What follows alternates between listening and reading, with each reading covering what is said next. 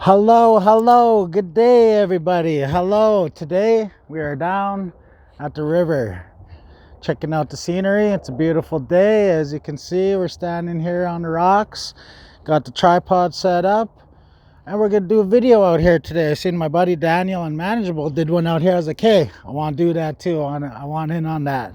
So out here today, it's a beautiful day. And I wanted to share a story with you on this fine day, okay? This story is about a man. He lived in a rural area out in the country. He had his own place, as did his mother. She lived about 8 miles down the road, straight down the gravel road he had walked to his mom's. So one day he woke up, he's decided, hey, I'm gonna go visit mom today. So he got up, he got dressed, and he hit that gravel road. He started in the morning. It's about 7, 8 o'clock he started, and he walked. And as he was walking, he could hear a noise. As he could hear this noise, it's kind of like a little humming or something. And, he was about a quarter away from his house towards his mom's. As he continued, he could hear this noise getting louder and louder. And not too far off in the distance, he could see a house. He was approaching this house.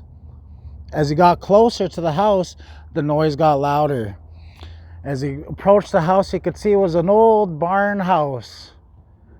And as he got closer yet, this noise is like, what is this noise, right? As he gets to the house, he gets in front of the house. There's a path going down to the house. This is halfway between his mom's house, right? And there's this old barn house.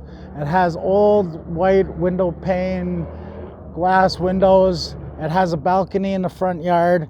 And there's an old farmer standing there with suspenders, a straw hat, and he has a pipe.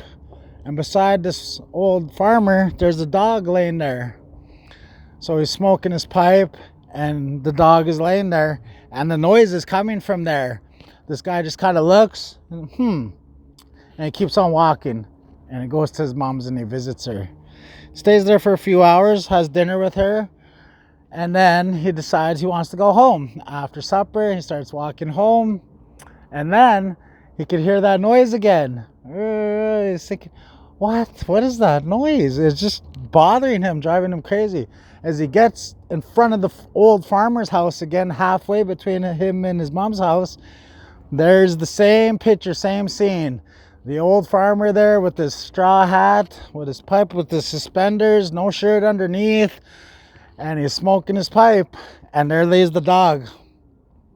And this dog is making this noise. And he's like, okay, I gotta know what's going on here. So he goes walking up to the house, and he says, excuse me, sir, how are you? And the guy says, oh, I'm good, how are you? I'm good, And the guy says, well, I was walking by earlier today. I went to my mom's. I could hear your dog making these noises. I come walking back. Your dog is still making these all day. It seems like your dog is making these noises. What's going on with the dog? And the farmer looks at him. He looks down at his dog. He has a pull of his pipe. And he spits and says, well, he's laying on a nail. Laying on an old rusty nail. That's why he's making that noise. And the guy says, what? He's laying on an old rusty nail?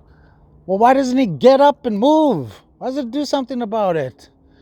Farmer has another pull of his pipe. Looks down at his dog. Spits. He says, it's not hurting him enough to get up and move. It's not hurting him that bad. It's only causing him enough discomfort for him to bitch, to moan and groan and complain.